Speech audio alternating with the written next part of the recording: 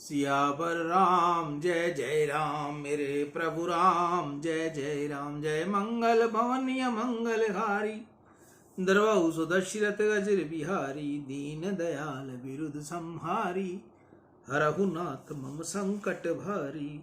ईश्वर अंश जीव अविनाशी, चेतन अमल सहज सुख राशि।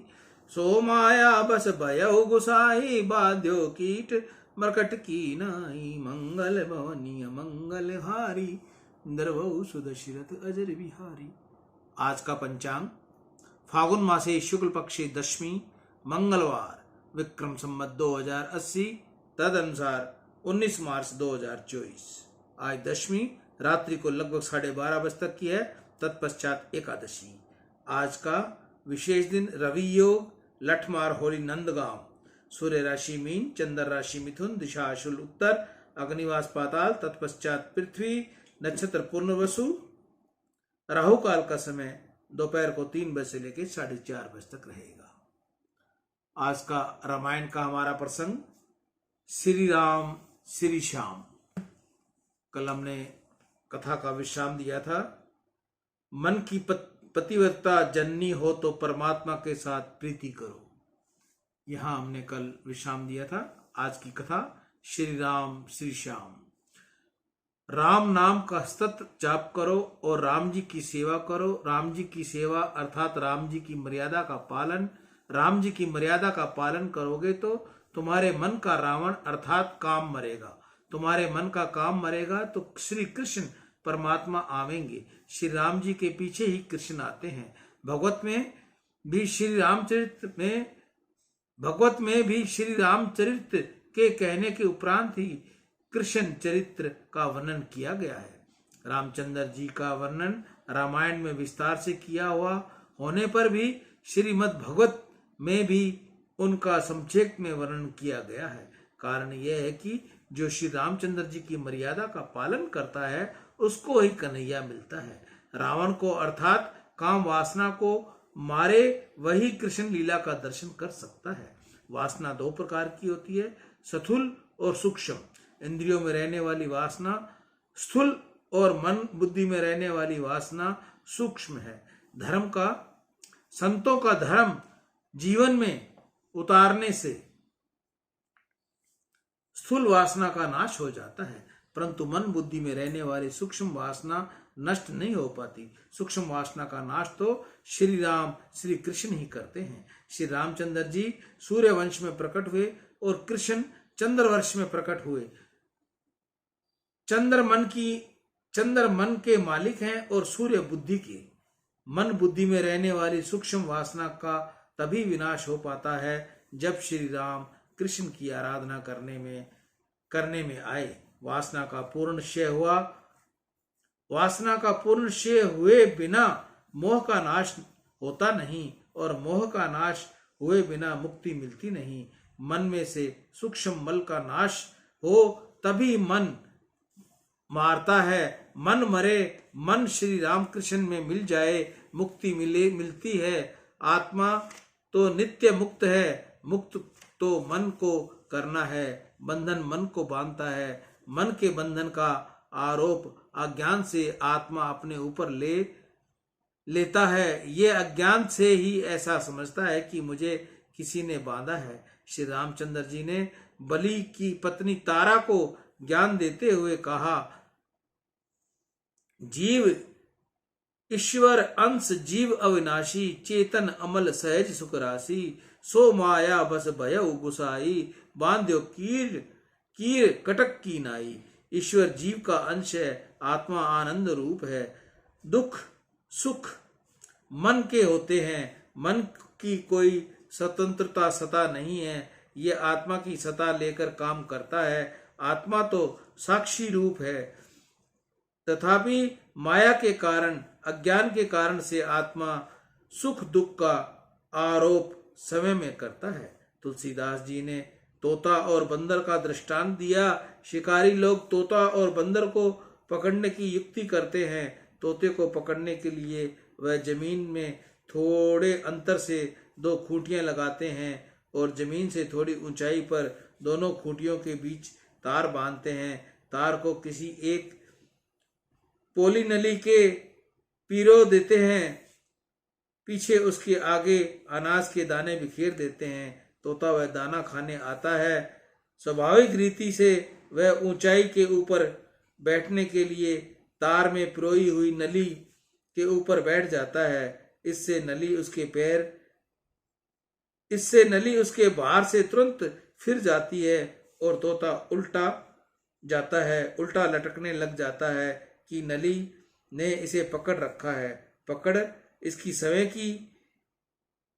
की ही है, परंतु वह छोड़ सकता नहीं और अंत में शिकारी उसको पकड़ लेता है। बंदर का भी शिकार इसी तरह होता है। शिकारी सकरे मुंह की एक हांडी जमीन में गाड़ देता है। हांडी का मुंह खुला रहता है। हांडी में थोड़ा चना रखता है। वानर जल्दी ने चने के लिए दोनों हाथ हांडी के अंदर डाल देता है और चने की मुट्ठी भर लेता है। मुट्ठी में चना आने के कारण मुट्ठी फूल जाती है। इससे वह हाथ बाहर निकल सकता नहीं। वानर को ऐसा लगता है कि अंदर से इसका हाथ किसी ने पकड़ रखा है। वानर को किसी ने पकड़ा नहीं। वानर को चना अति प्रिय है, इसलिए चना अपनी मुट्ठी से छोड़ देने की उसकी इच्छा नहीं है। चना हाथ से छोड़ दे तो तुरंत उसके हाथ बाहर निकल सकते हैं। अपने हाथ के कारण ही बंधन पड़ता है। उस पर भी ऐसा मानता है कि किसी ने इसको पकड़ रखा है। उसी प्रकार से यह संसार हांडी है, विषय वासना के चने हैं। मन बंदर जैसा है, मन के विषय वासनाओं को पकड़ रखा है, इससे बंधन में पड़ जाता है। मानव का बंधन इस वानर के बंधन जैसा है। मानव को किसी ने बांधा नहीं है। वासनाओं के अधीन होकर समय ने समय को बांध रखा है। ईश्वर के साथ एक होना है, परंतु मन बुद्धि में रहने वाले सूक्ष्म वासना प्रभु मिलन में विघ्न करती है। मानव का लक्ष्य परमात्मा से मिलना है, ईश्वर के साथ एक रूप होना है। इसके लिए बुद्धि में से भी वासनाओं का विनाश करना है। बुद्धि में वासनाओं का थोड़ा भी अंश रह जाए तो बुद्धि निर्वसन होती नहीं, शुद्ध होती नहीं, शिथिल होती नहीं। बुद्धि को निर्वसन करने के लिए, शुद्ध करने के लिए, स्थिर करने के लिए मन के मालिक चंद्र और बुद्धि के मालिक सूर्य की आराधना करनी आवश्यक है। श्री राम न आवे तब तक कृष्ण आते नहीं। भागवत में मुख्य कथा श्री कृष्ण की होने पर भी पहले राम को पधराया है और पीछे कृष्ण पधारे हैं।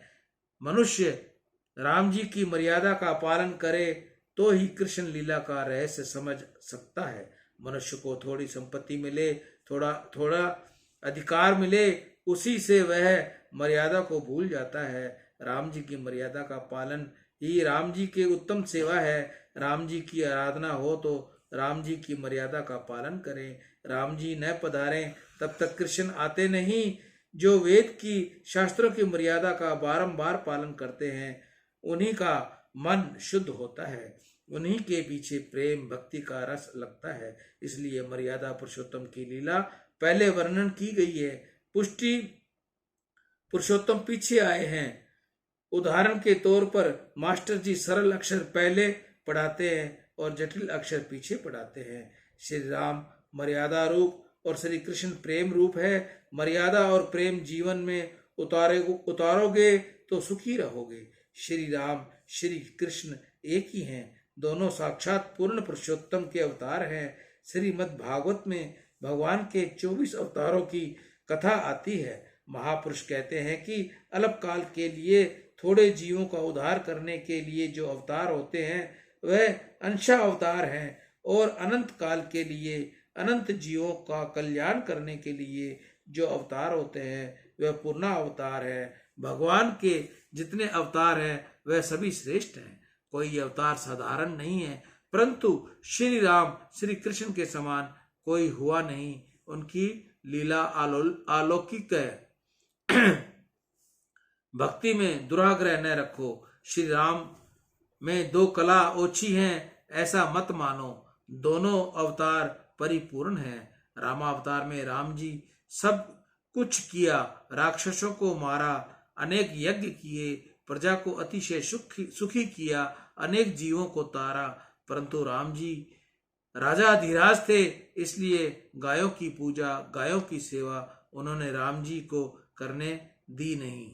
इसी कारण राम जी श्री कृष्ण रूप में गायों की सेवा करने के लिए ब्रज में पधारे हैं। श्री राम श्री कृष्ण है, श्री कृष्ण ही श्री राम है। रामावतार में शेष नारायण के छोटे भाई लक्ष्मण के रूप में राम जी की बहुत ही सेवा की है, राम जी के लिए अतिशय कष्ट उठाया है, और इसलिए परमात्मा ने कृष्ण अवतार में उनके बड़े भाई बलराम बनाए हैं। श्री राम लक्ष्मण ही श्री कृष्ण बलराम है। श्रीमद् भागवत में ब्रह्मा जी ने नारद से कहा है कि सब कलाओं के अधिष्ठाता ईश्वर जब उनके ऊपर कृपा करते हैं, तब लक्ष्मण जी संकर्ण आदि कलाओं के साथ इक्ष्वाकु वंश और श्री राम रूप में अवतार धारण करते हैं। इस अवतार में पिता की आज्ञा का पालन करने के लिए ये पत्नी और छोटे भाई लक्ष्मण के साथ वन में वास करते हैं, और रावण इनको विरोध करने के कारण समय को पीड़ित कर लेता है। इस श्लोक के भाष्य में श्री महाप्रभु जी की उक्ति है कि वैष्णव आचार्य श्री राम और श्री कृष्ण में भेद गिनते नहीं। इसी से ही श्री चैतन्य महाप्रभु जी का दक्षिण की यात्रा को गए, तब एक कीर्तन धुन उनके प्रचलित की थी, जो आज भी वहां गाई जाती है। राम राघव राम राघव राम राघव पाहि माम, कृष्ण केशव कृष्ण रक्ष माम।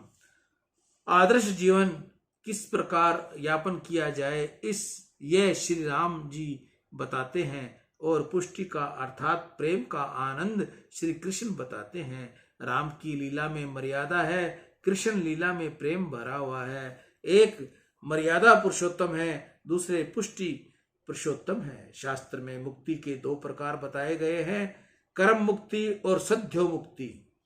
मर्यादा पुरुषोत्तम राम जी जीव को समय से छोड़ते हैं, मुक्त करते हैं।